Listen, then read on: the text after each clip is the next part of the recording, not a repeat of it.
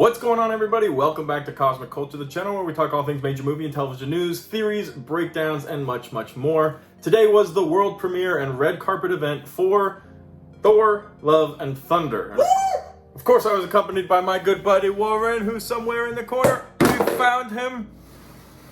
And honestly, we're going to be talking a non-spoiler, immediate reaction review, the things I took away from it, the things I enjoyed, and maybe some question marks that I might have also had within the film. So let's jump into it. If you haven't already, consider subscribing and turning on that notification bell so you don't miss out on any of our other movie updates happening here daily on the channel. You can also check out my Instagram at Chris M. Rosser and Twitter at TheCultureChris if you'd like to see some of the images and videos that we took on the red carpet. We saw Chris Hemsworth, we interacted with Natalie Portman, Taika Waititi, all sorts of people who were there, and it really was a lot of fun. So thank you so much for allowing us to do this. Coolest job in the world, 100%.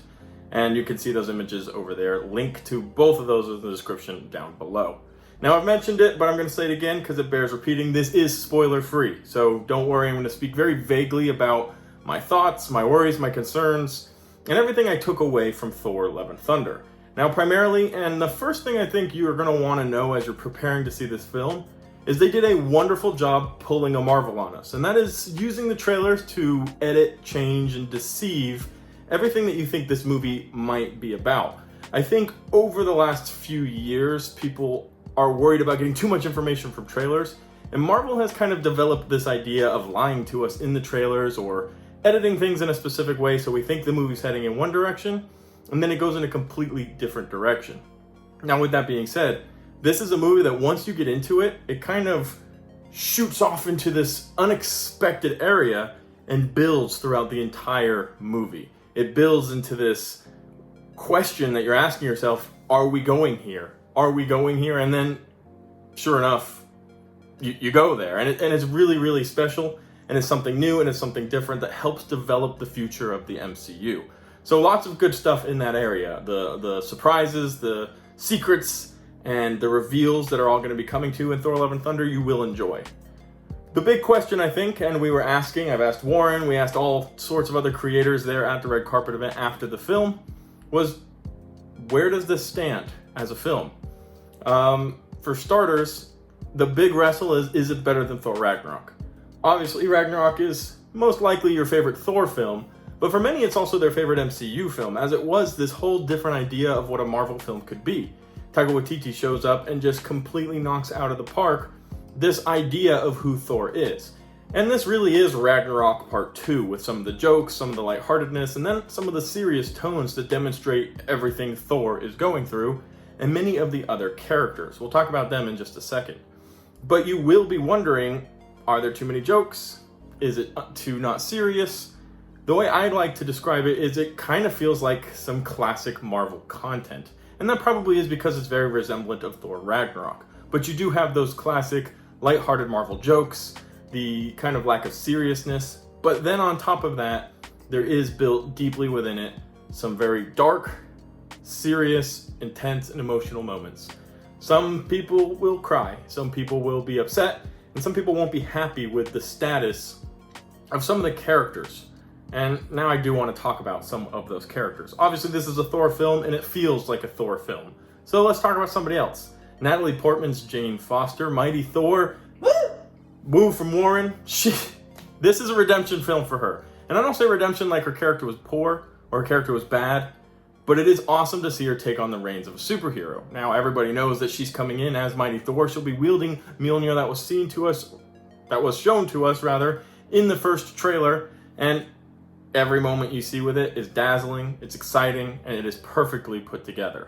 The visual effects behind her character, the fighting scenes, every small detail that they give us with Jane Foster all the way through the end of the movie will make you want more.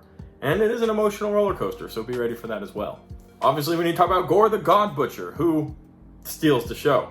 There were test screenings not too long ago, and in these test screenings, we received from Taika Waititi a little bit of a warning saying, this is a character who most people identified with very, very well. Maybe more than any other villain they've ever put on screen. Now, I do think that Thanos kind of had this quality where you almost wanted to agree with him. Obviously, he was decimating our favorite heroes and causing all sorts of issues for the Avengers, so we rebelled against him. But his mentality, his story, it was something that was heavy, and a lot of people carried it with them.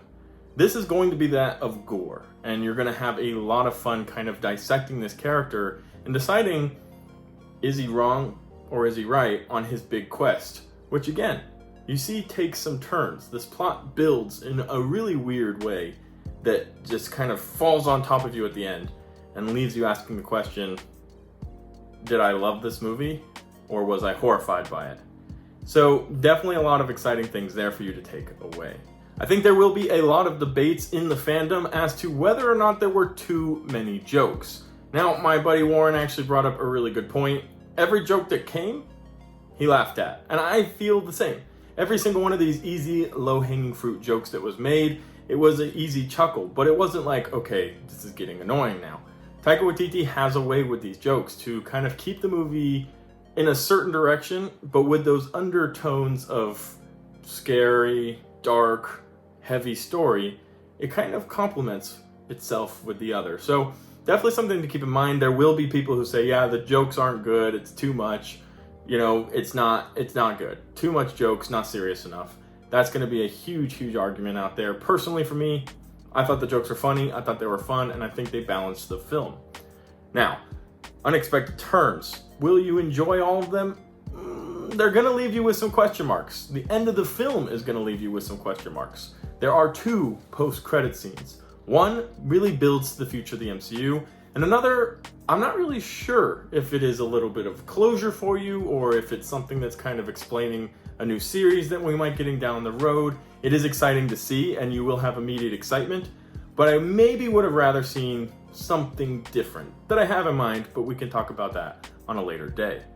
All in all, I'm currently trying to decide for myself if I liked this movie more than Thor Ragnarok. I definitely need to see it again. This is one that has some depth, has some weight, and it will require multiple viewings for me to really appreciate everything it gave us, and maybe even to notice a lot of those hidden details that for sure will be in this film that will build into the future.